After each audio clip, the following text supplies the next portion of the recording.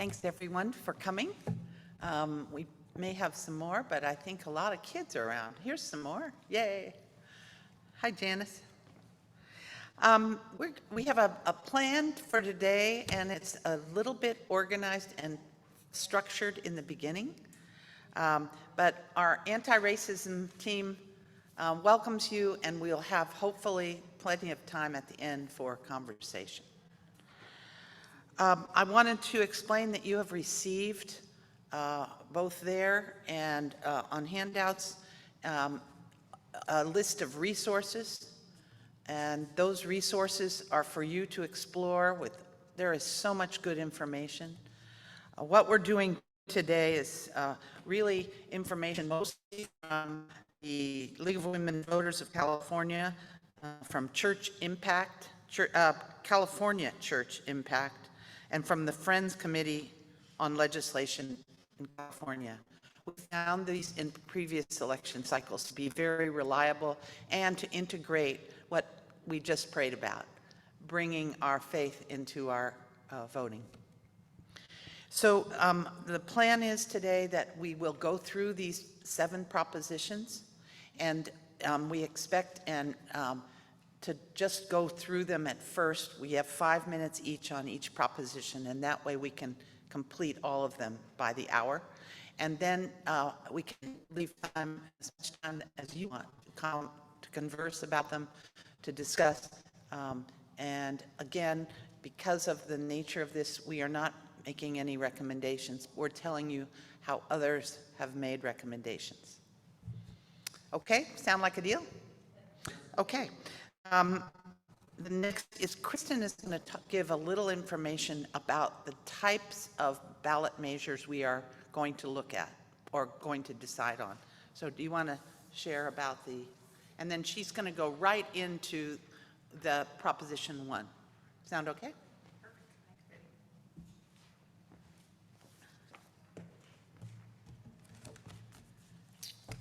Okay, good morning, everybody. All right, we thought that we would start this morning with a little bit about ballot terminology and specifically talking about propositions, what's a proposition, what's an initiative, and a little bit about the types of propositions that are on the ballot this time. We're not really talking about candidates today, but we do encourage you to use the resources that you see on the various lists there in front of you.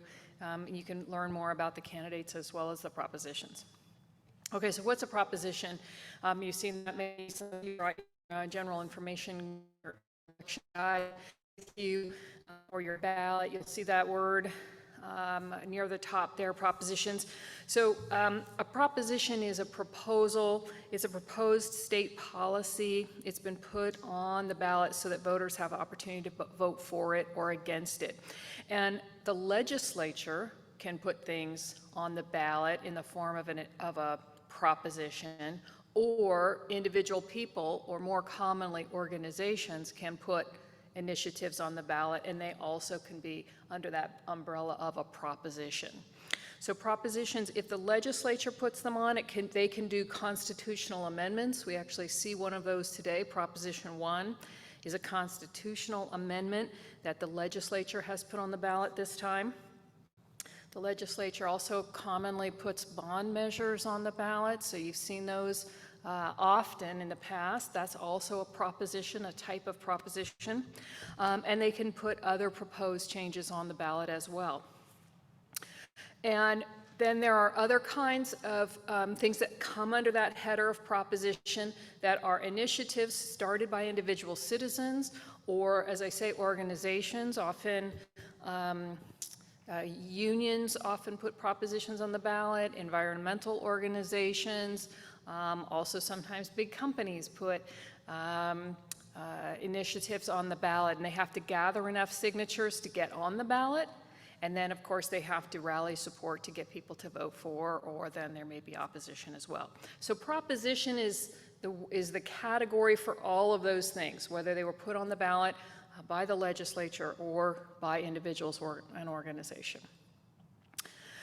So an initiative is one of those types of things that can be a proposition, and it really is intended as a way that individual citizens can get something on the ballot when they're not happy fundamentally with what the legislature is doing or not doing. And those things can be new laws, or it can be a referendum on an existing law. And so we're going to see one of those today, where a law was passed by the legislature a couple of years ago. Certain parties, you'll hear more about this later, were unhappy with the law and filed to get an initiative on the ballot. They got enough signatures so they could get on the ballot with a referendum about that law.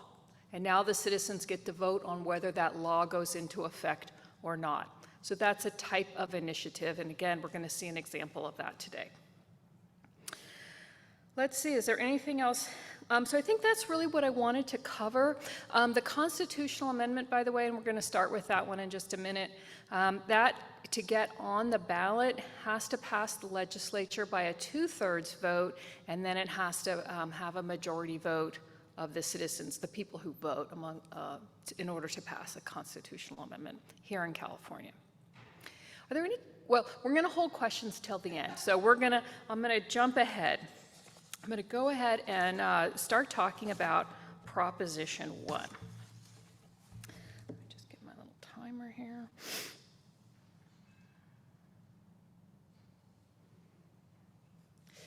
So, Prop 1. So Prop 1 is one of those types of, it's a type of proposition that is from the legislature. So in this case, the legislature passed this to put it on the ballot. It passed actually quite easily. This is the reproductive freedom. And so this is a proposition that will put the right to reproductive freedom in the California Constitution explicitly. It will explicitly give Californians the right to an abortion or to accept or refuse contraception. So although California already has a strong right to privacy in its Constitution, it did not have an explicit right to reproductive freedom, and it did not mention, or does not mention, I should say, abortion or contraception until this passes, if it passes. I'm just going to run through a few things that we're going to talk about for each proposition. So one is the fiscal effect. The fiscal effect of this particular proposition, it's not expected to have a big impact on the state budget or fiscally for the state. It does not include a right to receive services paid for by the state, for example. We're going to go through supporters and opposition, at least very, very briefly, not who they are, but a little summary of their position. So supporters for Prop 1 say that, of course, the California Constitution should protect reproductive rights, so they will not be at risk in the future. I suspect that everyone in the sanctuary knows that earlier this summer, the U.S. Supreme Court repealed a long-standing right to abortion, and that was perceived to exist in the federal Constitution. The current Supreme Court said, no, that doesn't exist in the federal Constitution. And about half of the states now have immediately passed laws banning abortion or severely limiting abortion. So that's sort of the backdrop there. So opponents to Prop 1 say that it's an extreme position, that could be expensive, it's a waste of taxpayers' money. And of course, there is a position among the opponents that this will permit abortions right up until the last minute. Supporters dispute that, but that is a point of contention, and that is a position that the opponents have taken. So we here, the anti-racism team and the Justice Committee, have agree with the League of Women Voters, which is advocating for a yes vote on Proposition 1. We believe that it's important to protect a right to reproductive freedom for women everywhere, certainly not just in California, but that although California has been a place where abortion is protected, that because we don't know what the future holds, that it's very important to put this right in the Constitution to protect future generations. I will also say that it is a social justice issue because when abortions become prohibited, it is in particular poor women who suffer from that. Often wealthy women can travel to a place where abortion is permitted. Poor women cannot, and as we know, women of color are disproportionately impacted whenever poor people are impacted because they are disproportionately represented. So I think I will stop there and go ahead and hand it off. Is it to Betty, who's next? And we can have more conversation later if we have time.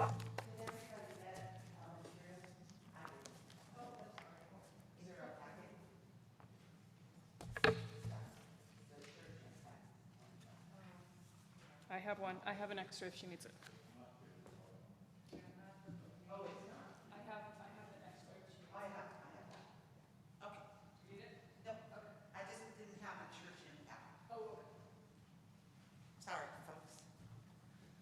Okay, as usual, it doesn't go 1, 2, 3, 4, 5.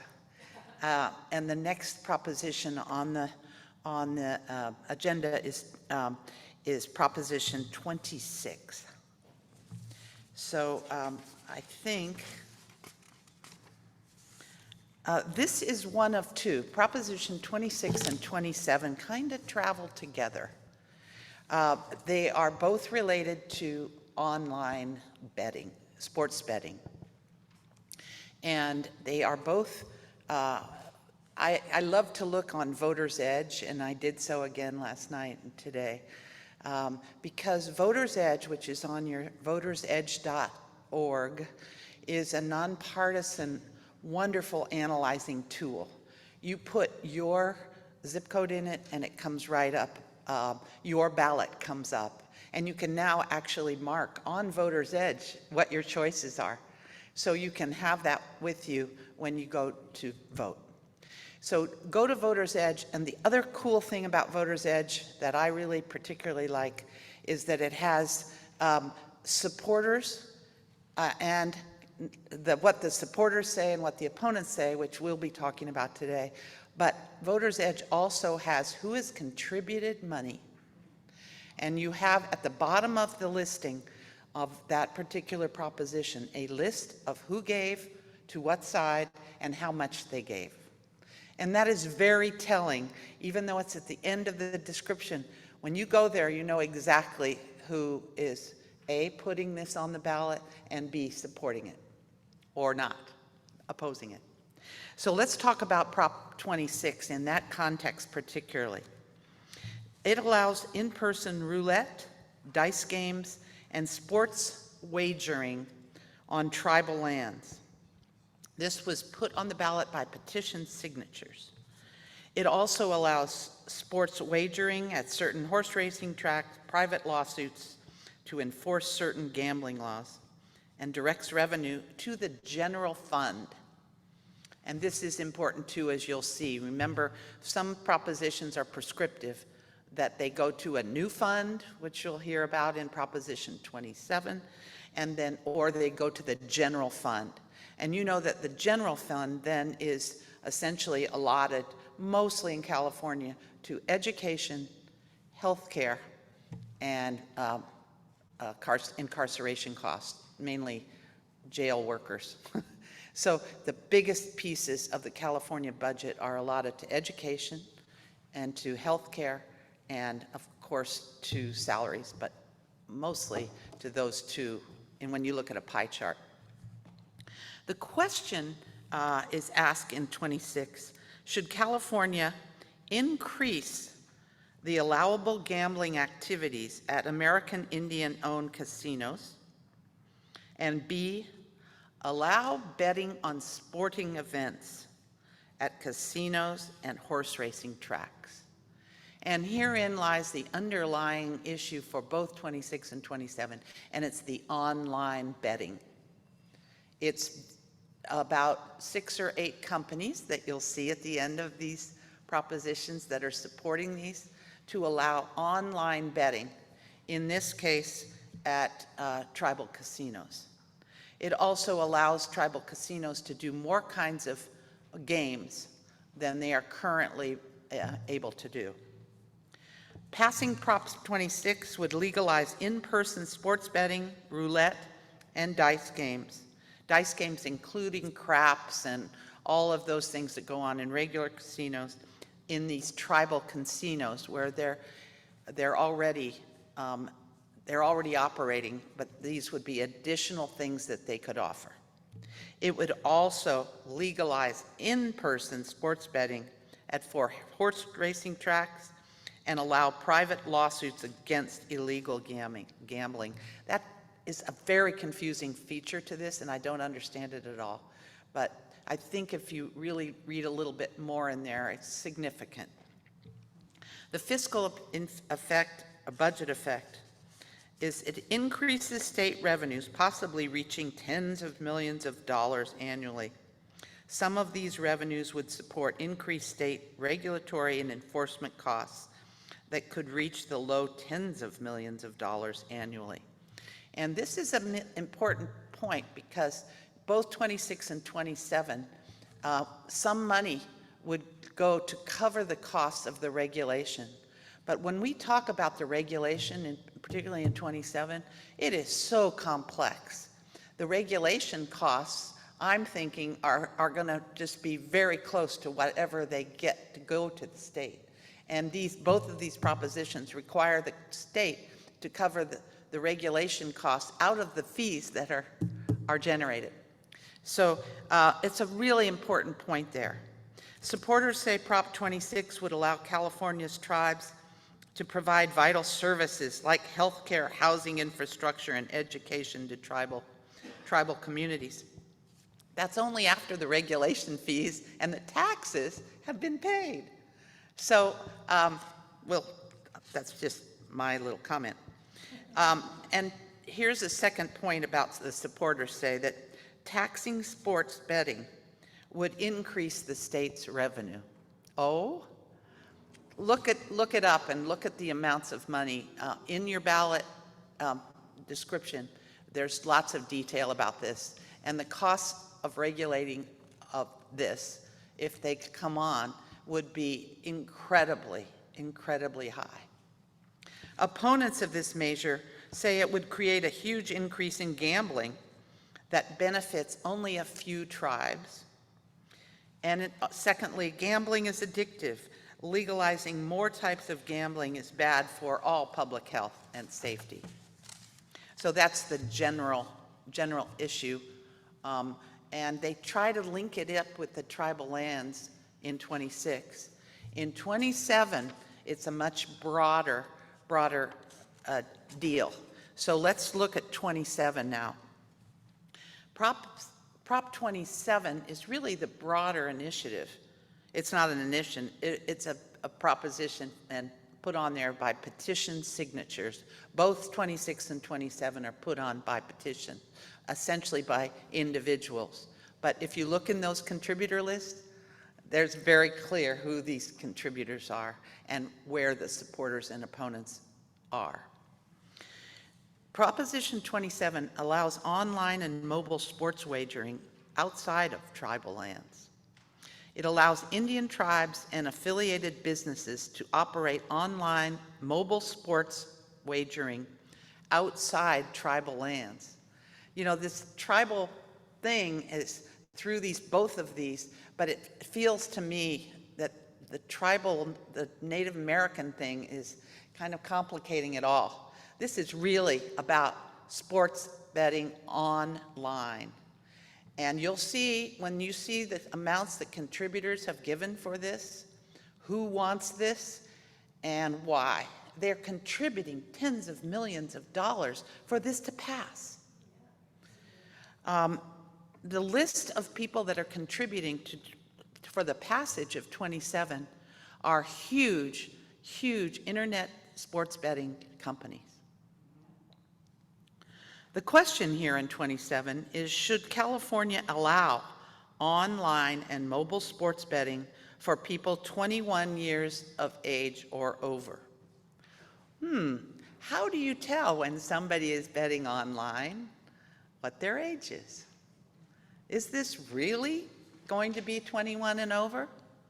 Who is going to be doing online sports betting? If passed,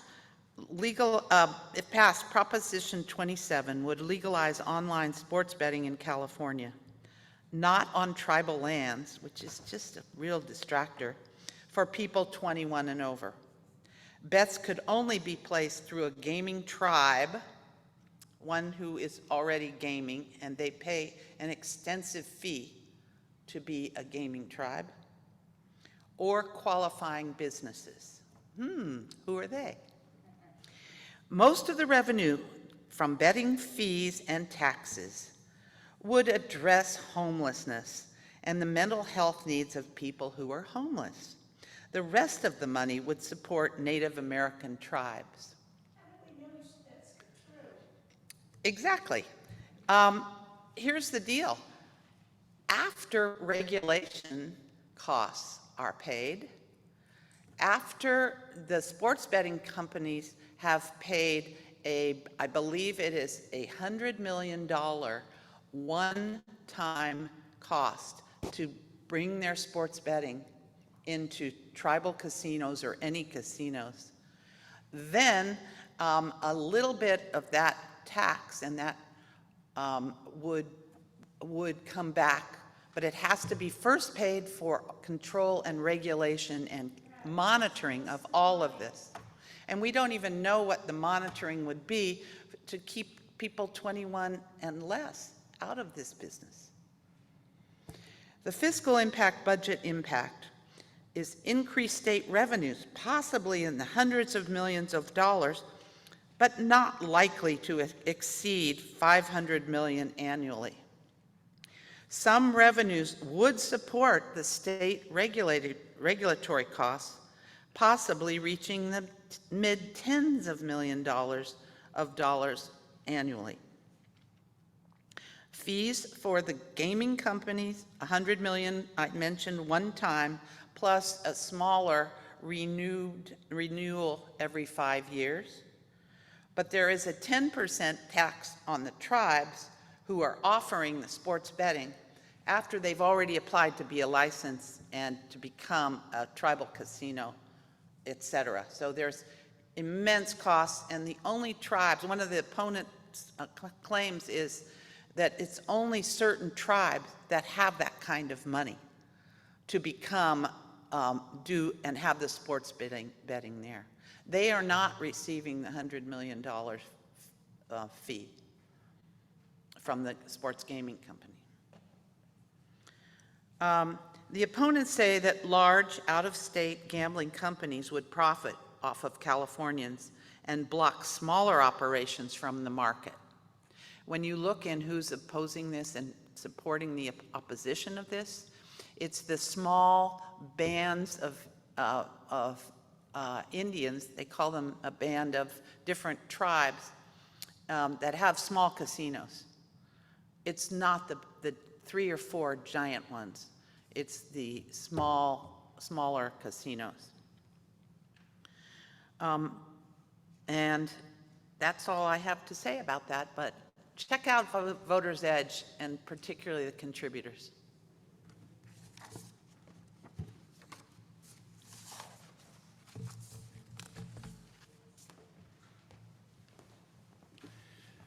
Well, there's a lot to think about on those propositions. And to remind you of what Betty said in the introductory comments, we want to get through all 7 propositions just as sort of an introductory discussion, and then we'll have a time for general discussion in which you get to choose which ones you want to go back and talk about and discuss further. At this time, I'm going to talk about Proposition 28, which is a ballot initiative for funding arts and music education. This proposition would provide additional funding from the State General Fund for arts and music education in all K through 12 public schools and charter schools. The fiscal impact of this initiative would be a cost of about $1 billion with a B, beginning next year for arts and education in public schools. And if you if you have our handout with the Our Faith, Our Voice handout, you can see that supporters say that arts and music education can improve a student's personal and academic life. Only 1 in 5 schools have a dedicated teacher for arts and music programs, and Prop 28 does not raise taxes. Opponents, well, there really is no registered opposition for this initiative, registered with the California Secretary of State. But the San Jose Mercury News has come out with a recommendation to vote no on this, and their reason is given as under opponents say in our handout, that per student expenditures adjusted for inflation are the highest they have been since at least 1988. So their position is we're already spending enough money on public education. So looking at the recommendations by the sources that we've handed out, League of Women Voters, California Church Impact, and Friends Committee on Legislation of California, you'll see that the League of Women Voters took no position on this measure. They only took positions on 2 of the 7 measures, Proposition 1 that Kristen's already talked about, and Proposition 31 that Kristen's going to come back and talk about at the end. All the others, they took no position, but they did discuss. The other 2 sources that we're sharing with you, California Church Impact and the Friends Committee on Legislation of California, both recommend a yes vote on that. And I'm just going to read a short excerpt from their analyses before I end with a short excerpt from the League. First of all, the California Church Impact says, we have made the arts our sacrificial lamb of early budget shortfalls. They were not considered essential, but a well-rounded individual and a robust society as a whole benefit from exposure to various kinds of artistic expression. In this measure, 1% of existing revenues will be directed to art and music programs. No new funding will be required. We therefore strongly support the right of artistically inclined children to have access to these programs and for schools to offer the results of these programs to the student bodies as a whole. That's California Church Impact. What the Friends Committee has to say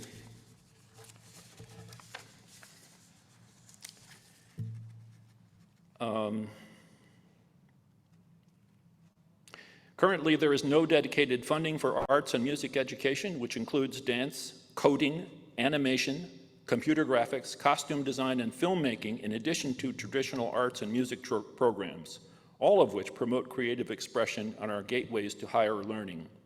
When school budgets are reduced, these programs are typically the first to be cut. While FCLCA has been skeptical of ballot box budgeting schemes that do not provide a new funding source, this is also a matter of equity, as 60% of California's public school students come from low-income families who may not be able to access privately paid programs in music and the arts. Proposition 28 is a worthy trade-off and one that California should make. That was FCLCA. And finally, in the analysis by the League of Women Voters, they say, Proposition 28 is designed to ensure that low-income schools and under-resourced students who are often kept the farthest away from arts and music education opportunities will benefit from the increased funding. Despite these advantages, we remain neutral on Proposition 28 because making decisions about budget expenditures through ballot measures is not a good policy. It reduces the flexibility our legislators need to react to future needs and makes less revenue available to other important state priorities like climate change, health care, and housing. And I'll stop there.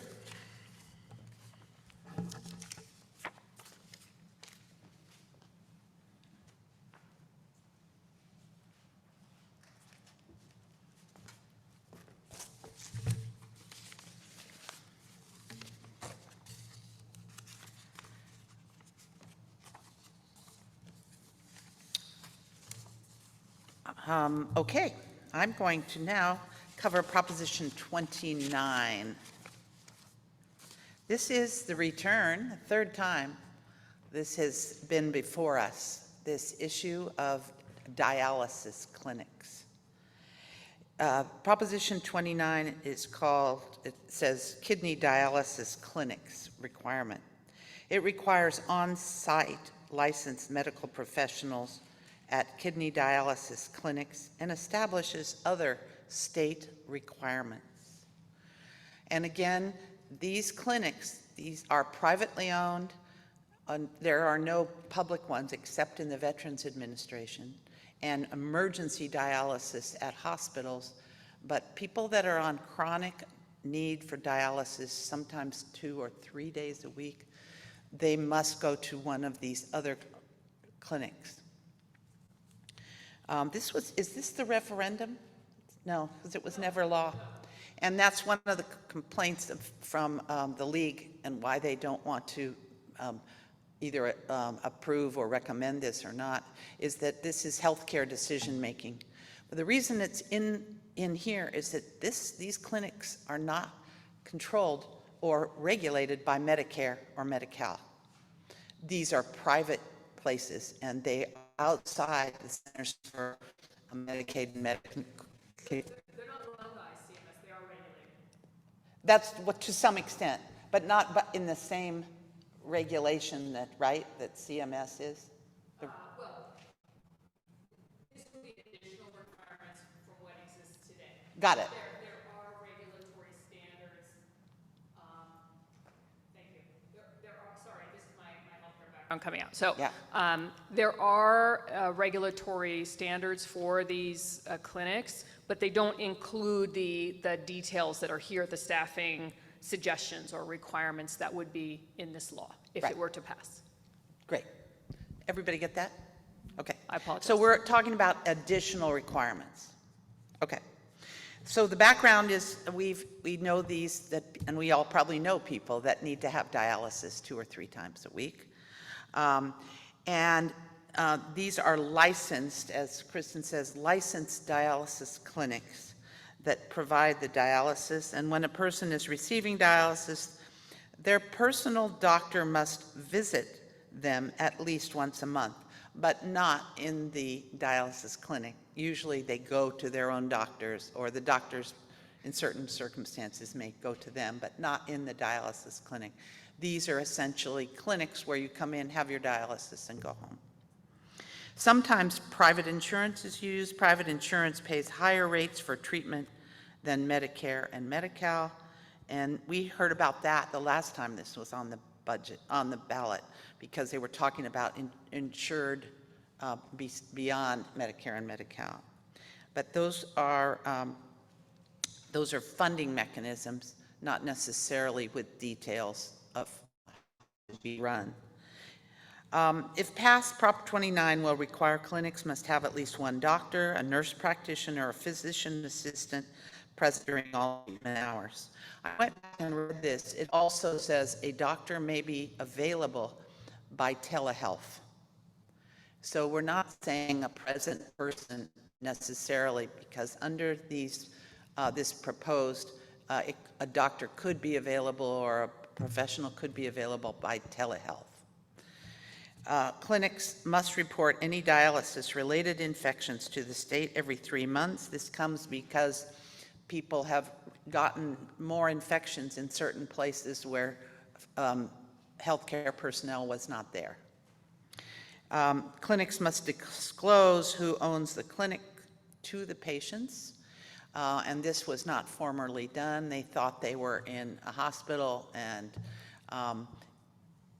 there, as you will see in Voters Edge and everywhere else, there's 6 firms that run these dialysis clinics all over the country. So they must say who is owning this. Clinics need permission from the state with this passage.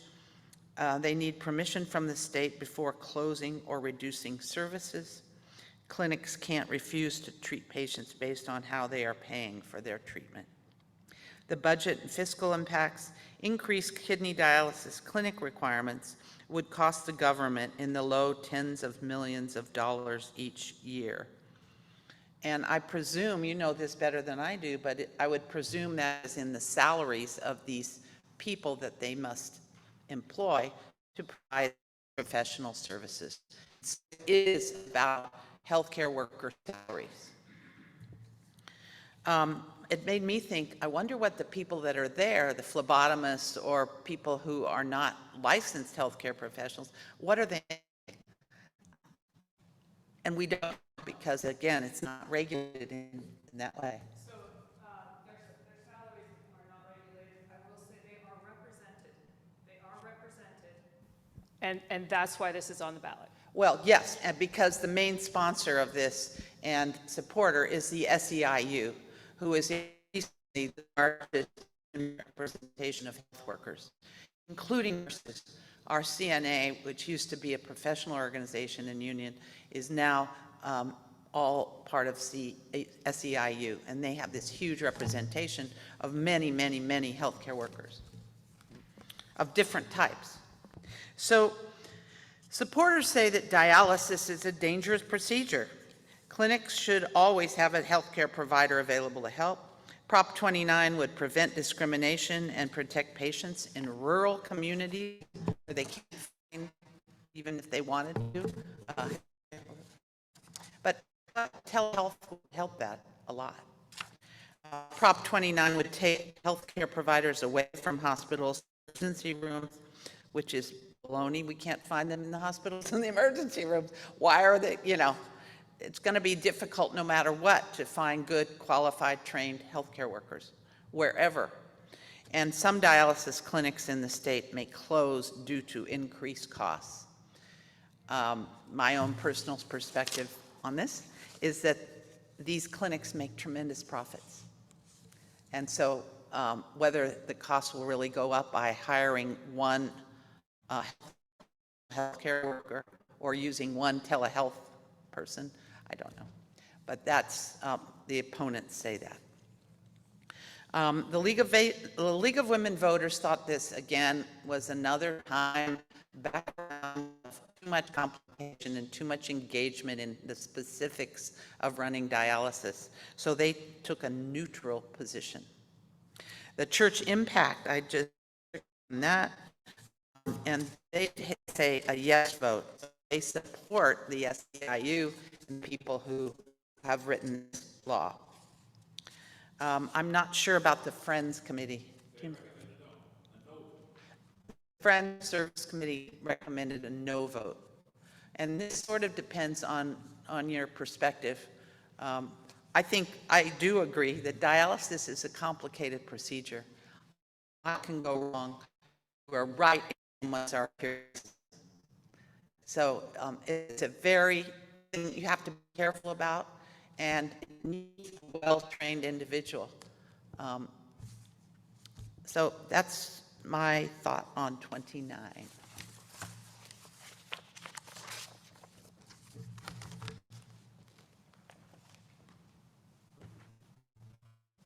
Okay, I'm back in for Proposition 30.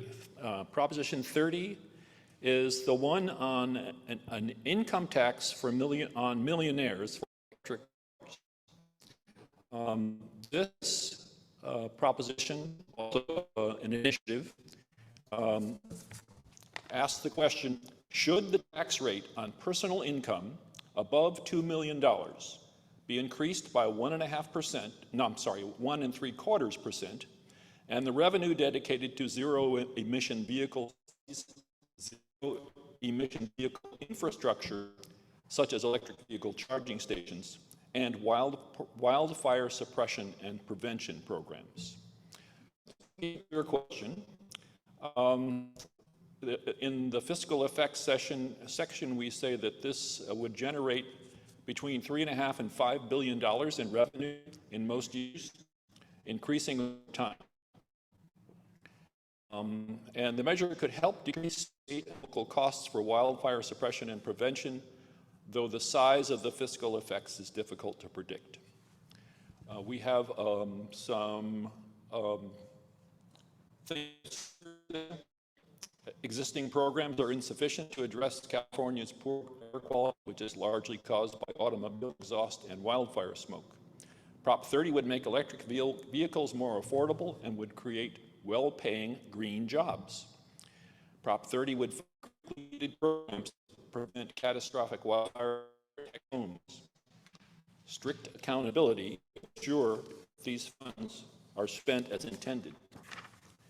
But opponents, California is already spending more than $50 billion with a B for a multi-year climate investment, including $10 billion for zero-emission vehicles.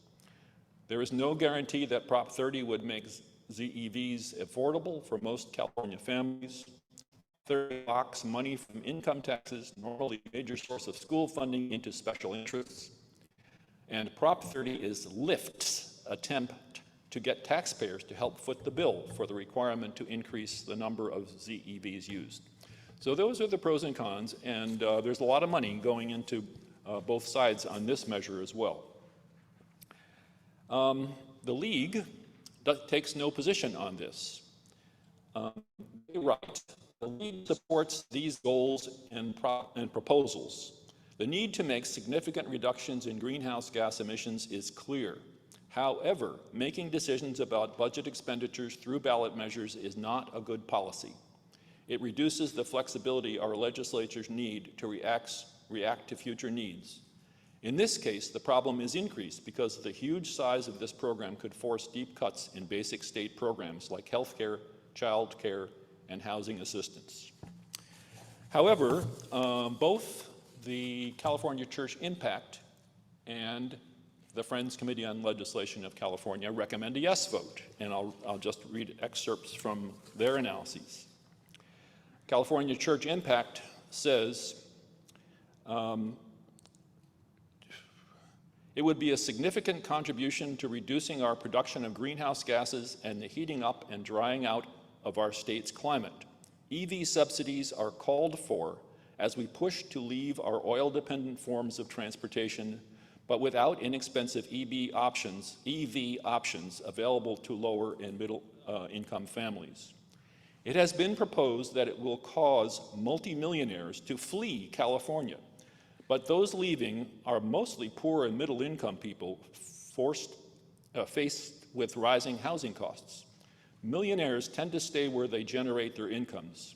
Since many of them like EV changes, they will equally qualify for EV subsidies and improved infrastructure for their vehicles. We urge a yes vote on this measure. That's California Church Impact. And then finally, the Friends Committee on Legislation of California says, thanks to an executive order by Governor Newsom, California is slated to end the sale of new gas-powered cars by 2035. While the governor's most recent budget allocates $10 billion to electric vehicle subsidies and charging stations, it will not be enough. FCLCA favors progressive taxation, and the taxpayers who will pay more under Proposition 30 received the lion's share of the federal tax cuts signed into law by then President Trump in 2017. FCLCA recommends a yes vote on Prop 30.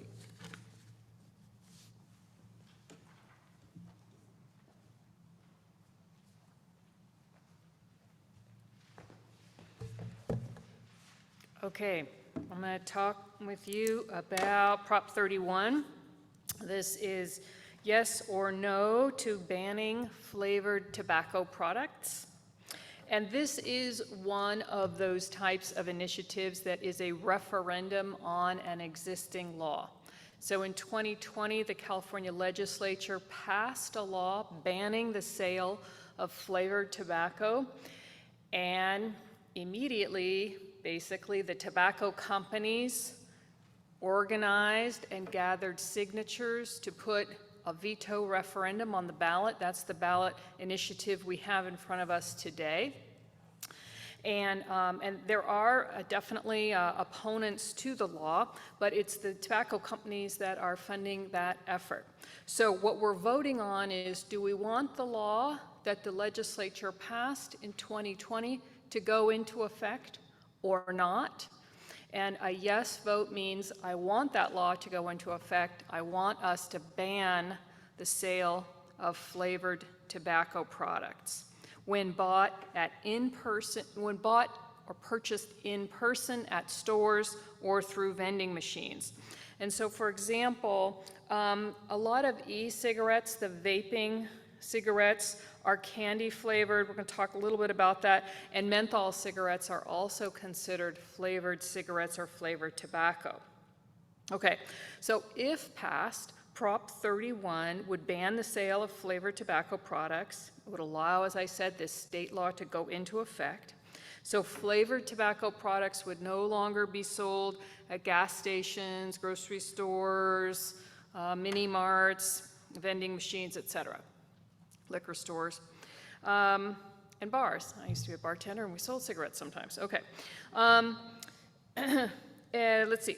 The fiscal or budget impact. So this would actually decrease revenue because the tobacco tax revenue on all of those flavored tobacco products would be lost. Estimates range from tens of millions of dollars annually to around $100 million annually.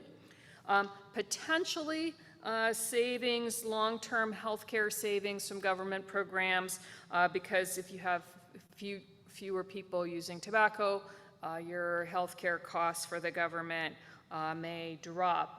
On the other hand, people live longer. But there is evidence that when you have fewer people addicted to tobacco, your government healthcare costs will go down. So supporters say that kids are drawn to sweet flavored tobacco products. Obviously, nicotine is very addictive, and flavored tobacco would cause lifelong addiction. There's some interesting information here. The Friends Committee, and just a reminder, the Friends Committee are the Quakers. Probably everyone in the sanctuary knows that. But here's one of their comments.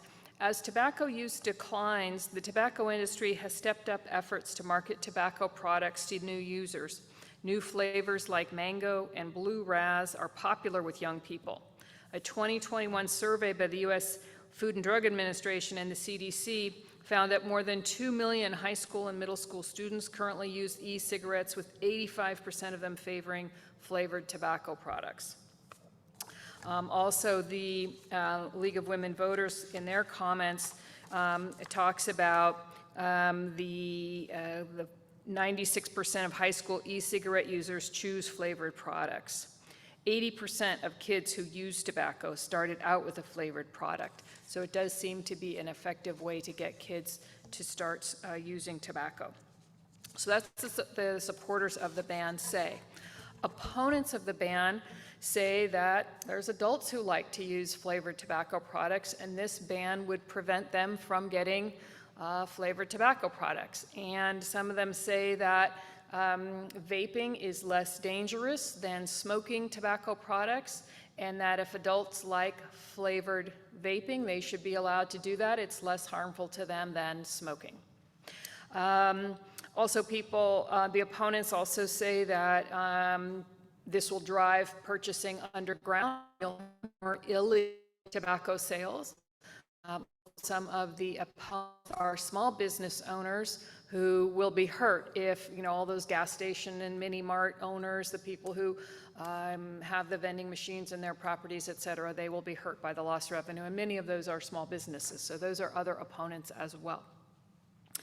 And Act has taken no position on this one.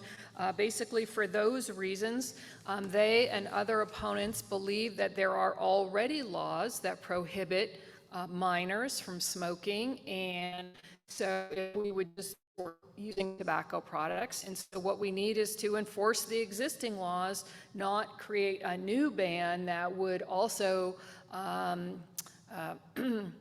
diminish the freedom of adults unnecessarily. So they've taken an opposition, the church impact, whereas the Quaker FCLCA has taken a yes position. We're recommending a yes position as well. It's also recommending a yes position. And by the way, there's an interesting history for the point of view of racial justice. There is an interesting history that I didn't know where the tobacco companies have dramatically promoted the use of menthol cigarettes in the black community. And so whereas in 1950, very few people, I think across the board, smoked menthols, after decades of dramatically focusing this menthol advertising in the black community, now 85% of black smokers use menthol cigarettes. It's been very targeted in this racist way. Again, let me just say here, more than 2 million middle and high school students in the U.S. use e-cigarettes, which deliver large doses of addictive nicotine. In California, I think I read this before, 96% of high school e-cigarette users choose flavored products. Nationally, 80% of kids who use tobacco started out with a flavored product. Epidemic usage among youth poses risks to brain development, attention, mood, and impulse control, et cetera. So the League of Women Voters and the anti-racism team have taken a yes position on Prop 31. And by the way, at the end here, we have another list of websites that you may find interesting that we rely upon when we're doing this work. And so we have both this list and then the other one that's in your handout that has a whole list of websites. So there's some here at the end. I'm going to now read another short prayer, and then we will open it up for questions.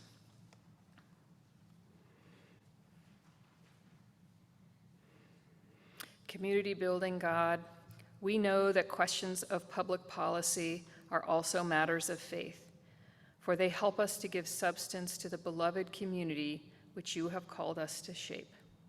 You desire each of us to live a life of wholeness, to have the opportunities to fulfill our potential and become the persons you have created us to be, to live secure in the knowledge that if we fall on hard times, a strong public safety net will be there to support us. Our faith belongs in the voting booth as well as in the sanctuary. Help us find a way to cut through the confusion and the spin. Give us patience to consider and make wise choices that will lead ever closer to your vision of the beloved community. Our faith belongs in the voting booth as well as in the sanctuary. Amen.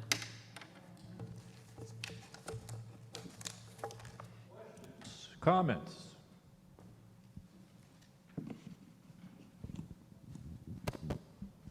A question I have is on Proposition 29, which is kidney dialysis. My question is, this has been defeated twice before for reasons I'm not sure of. What has changed in this one to bring it up a third time? Well, I think Kristen actually is probably clear, but what I see as the difference is this is the disclosure of who owns the clinic. And the new push or description of this as really being about healthcare employment. That's when you look at the supporters of this proposition. The SEIU is the supporters, but the opponents are all the people who own the dialysis clinic. The difference in amounts of money that were given, which I found to be really interesting, and I just took another look at this.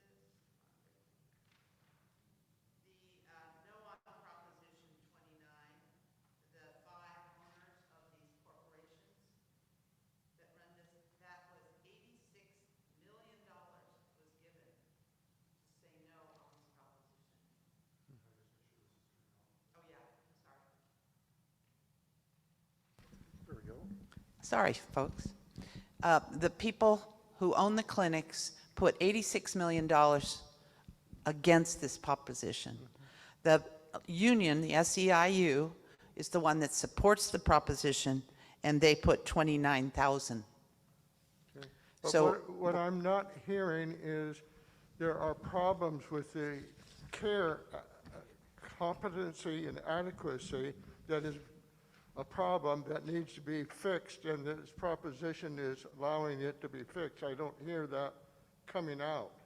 Well, in the church impact, which is in your thing, there's a personal anecdote, of course, from a public policy person at Church Impact. And they're concerned about infections, that infections are not prevented and that they go on and on. But they claim that a reliable healthcare professional would prevent those kinds of infections and that kind of rigor in the healthcare. I think that's the connection there.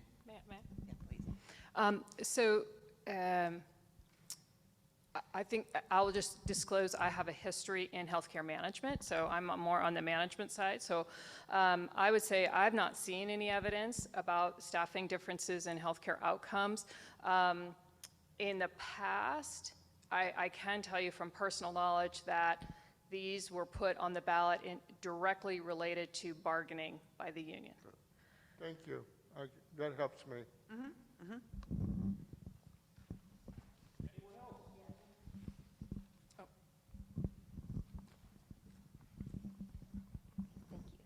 Thank you. I had the same question about that proposition because as a healthcare worker, I frequently work on the metabolic floor, and dialysis patients are on every floor in the hospital, and they get admitted when their blood pressure is low and stuff like that. They get sent to the ED and they're admitted. So I haven't really seen a big infection problem from that. We also work closely with the infectious disease doctors. I haven't really seen a big problem with that. So I'm not really seeing how this would really help the patient, and it offends me that they put it that it's going to help the patients when it really, so it just, Anyway, but it sounds like a yes vote would, I just don't understand what it sounds like people are paying a lot of money for me to vote no. But I'm not sure I can really get behind this proposition. Betty, do you know the answer to this question? If they can't, like you were talking about, it's very hard to find some of these healthcare providers in some locations. Do you know what happens if they can't meet the staffing requirements? If the staffing requirements pass and they can't find the people, do you know what happens? I actually don't know. Well, they have the telehealth, which for the physician. No, for anybody. It could be a PA. It could be anyone else. The fact is that these often the staffing in these places is very hard to say and hard to rely on. And I'm not saying that licensing and licensure is the one thing that's going to prevent infections or whatever. I'm saying that I think there should be some kind of connection to healthcare. And right now, if there is not, they have waivers where in a rural setting, for instance, if a legal person or a licensed person isn't there, they can use unlicensed for a while. But they have to have some kind of continuous presence of somebody who knows something. Right. Well, and I appreciate that too. I know that maybe the staffing problem is why it's really hard for somebody to get a chair, as we call it. Right. In a place. So that might be there too. But I know when they're in the hospital and they're under dialysis, the nephrologist is there. They Right. have to see them when they're under dialysis. But weekly going on and Right, on. yeah. No, so that of makes course sense. you Thank can't you for- you can't have it in the hospital. It's way too expensive. Right. I understand that. I just think I am a believer that preparation and training Right, for me too. anybody, I don't care if they have a license or not, but it needs to be, and this would promote that. That's why I'm also Okay. not bothered by the fact that SEIU is supporting this because Yeah. I think it supports a little bit of healthcare excellence. And our workforce is thin. Our Right. healthcare workforce is very thin right now. But that doesn't mean we have people who know nothing giving my father-in-law dialysis. Right. No, and I thank you for explaining that to me. Yeah, I really it's appreciate it. really a judgment call. Yeah. No, I feel I better just about it. feel like you need somebody who knows something doing these things. It's not a walk-in store or a mini mart. This is a serious, serious thing.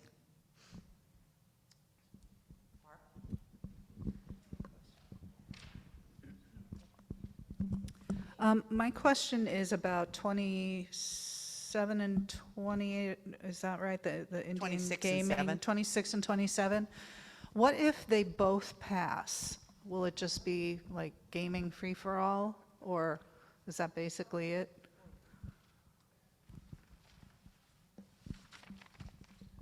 So, if they both pass, the measure that receives the most votes will go into effect as law. The measure that came in second, if it passed too, will basically go to the courts for the courts to figure out which provisions of this second place measure can take effect. And so that it'll be a while before we would understand what the answer to that is. I can also add that Church Impact said yes on both 26 and 27. League of Women Voters declined to make a recommendation on either one. I think for our beginning to understand both of these very complex things, it's good to know that this is about sports betting.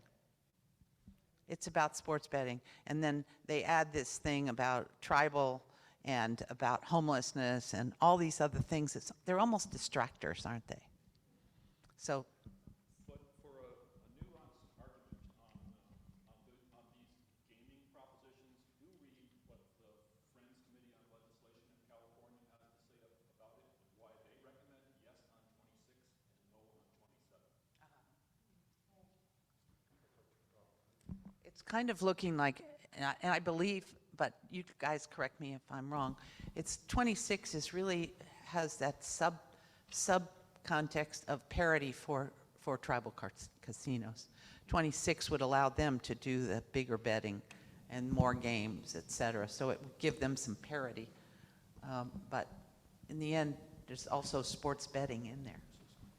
So the way I see this is we're on all these nuances on these two.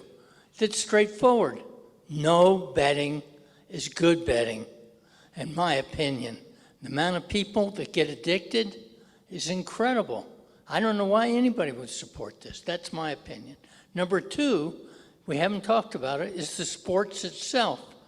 And over the years, you've seen a lot of examples of people throwing games for the money. There'll be more money under the table to lose or to win, and that doesn't belong either. So in my opinion, there's a lot of stuff there, but the bottom line is it's not good for society to have either one of these. That's my opinion.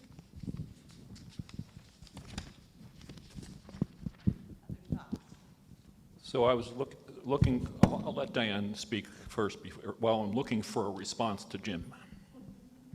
Oh, yeah, I just had one quick question going back to the one about dialysis. So if over the phone you can address it with some type of medical personnel, I don't quite understand how that prevents infection.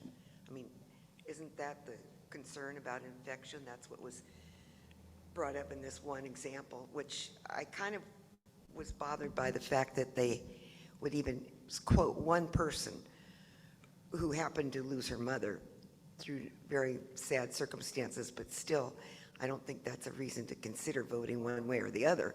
That's one example, yeah. So so how would phone call help prevent infection? And who are the people who are giving these? Are these phlebotomists who are doing the procedures? Yeah, I don't even know if they're registered phlebotomists who have, 6 weeks, 5 weeks of preparation. Okay, thank you. Kristen, do you want to address that one?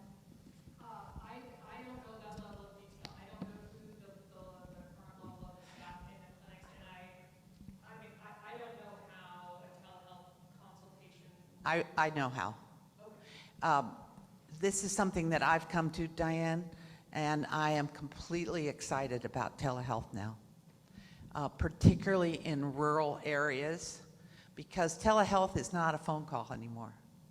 Telehealth is you send a photo of that shunt that is getting read You can send, I mean, Carol sees this all the time in nutritional. She can send a person's skin color to her, the doc or whatever, and they can say, a person who really knows can really see a picture or a photo and really say, yep, this person needs to go to the hospital because they're going bad.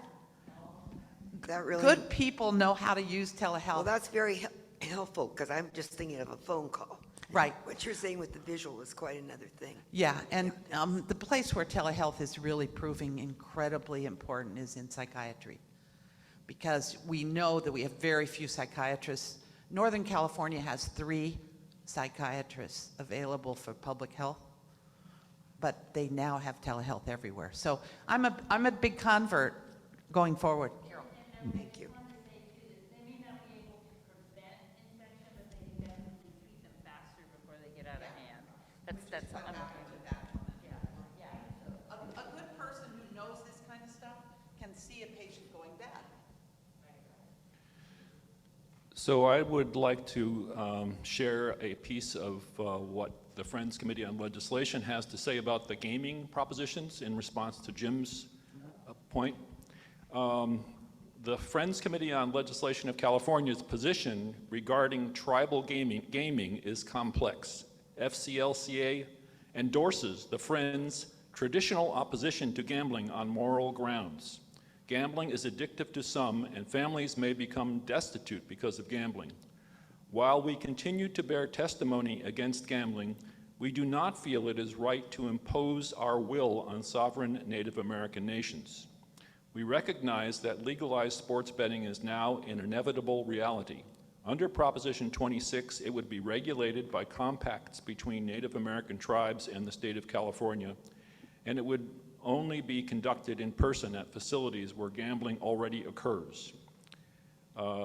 It goes on. You should read the whole thing, but anyway, that's kind of the point, the position that that they take is that even though gambling, they're against gambling, we're against gambling on moral grounds. It's illegal. It's legal, and it's just we have to recognize that this is a very important source of income for indigenous peoples in California.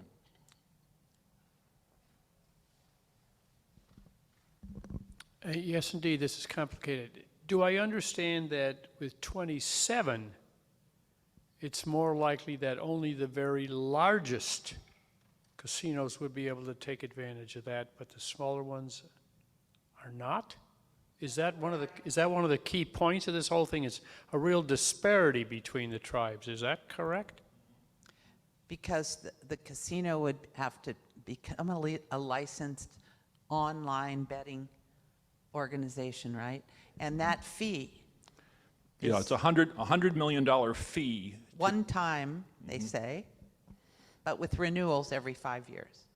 Yeah, and that's why only the largest of the Native American casino operators would get into that. Well, it feels like they're buying the casinos. I mean, they're charging the casinos, and they're having to buy their way into this.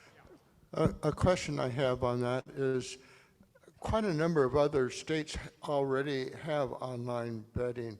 Is it also tied to casinos, Indian tribes, or have they gone a different route that could be approached in the future? Because online sports betting seems to be really rapidly expanding, and so maybe this approaches one tribe group against another may be kind of antiquated in terms of a bigger picture. I don't know. Well, you go to Nevada and you can do you're in the casinos and online. You can do sports betting, I believe. I believe it is true that there are states in which gambling is legal and it is not necessarily associated with tribes. I believe that's true. Yeah. Complicated, huh? I can add that from relative experience, minors going to Nevada betting, no problem. But what they said was their concern was getting the money when they won. They said they recognize you don't want to go to Las Vegas and put in a claim ticket where you've used illegal ID or something to have made a bet, because the penalties there are strictly enforced. And so the kids know some of this, better than I do. What if it's online betting? That's That's- my concern, this- is how are this- they going to enforce individual minors or anybody from betting online? I mean, They don't, whether you're in the casino with your phone or you're out in the woods with your phone. Yeah. It's still, kids and adults do it. So Right. one proposition doesn't help prevent children from betting versus the other. I guess the thing that really hits my public health persona is the amount of money that was spent on both of those populations, those propositions. I get It's just, if it could have gone somewhere legitimate, but why promote this betting anyway? My inclination from proposition voting is, if it's not clear, vote no. Let them come back and make it clear at another time. When you see the amounts of TV ads that are totally non-informative, they're negative I know. advertising, it raises your suspicion level. that Immediately. Me, as an intelligent person, I know where I will go. Yeah. Others feel the same? Randy's shaking his head. Yeah, Barb. I know that you weren't talking about candidates, but is there information in here about candidates that are up for election somewhere? Not in this packet. But if you go to Voter's Edge, is that what you were going to say? Yeah, if you go to Voter's Edge, it is not just propositions. They're all the candidates on your ballot. Again, if you put your zip code in, you can get your ballot, and all the candidates are there, and each candidate's profile, if they have chosen to put it up, is there, talking about their positions, et cetera. And I noticed locally, the candidates for school board, there's 3 in my district, which is right around here, and one who is the most controversial has not put up his profile. There's nothing there. And I understand at the candidates night the other night, his statement about his positions was not amplified, was not mic'd. And I don't know what the fallout, but on Nextdoor, it's talking about his, they didn't allow him to give his position and all this stuff. But do go on Voter's Edge, because all the candidates, if they have put up a position statement, it's up there on Voter's Edge, and then you can choose. I have another comment about Proposition 30, income tax on millionaires for electric cars. This is one where you're seeing an advertisement from Governor Newsom urging voting no, because it's essentially supported and driven by Lyft, that would be an easier financial arrangement to benefit the hiring of car drivers that can afford getting electric vehicles. This is a proposition in my mind that really does fit the bill of taking money out of the legislature's hands for trying to balance budgets and deciding where equitably to get money to go for health care, for education, and other priorities, including greenhouse gas initiatives. We have the federal government starting to come aboard and really pass laws and financial arrangements. It does need to be addressed, but whether this is the right approach of taking the decision process, a chunk of money out of the legislature. We have had the benefit of big surplus lately. We're trying to put those surpluses aside for rainy days. And when you take these kinds of chunks out, you don't know the severity of that impact in the future of balancing your priorities. That's my view. But the supporters say this is new additional money. It is new additional money. Right, so- However, once we know what new additional money is each time we raise gas taxes and doesn't get spent for. So for Bruce, you make transportation. some good points there, but so yes, this would earmark certain monies for this purpose and not allow the legislature to change it. But it is a new source of funding. This additional 1.175% tax is a new funding that currently the legislature doesn't have. So that's an important point to make. Right.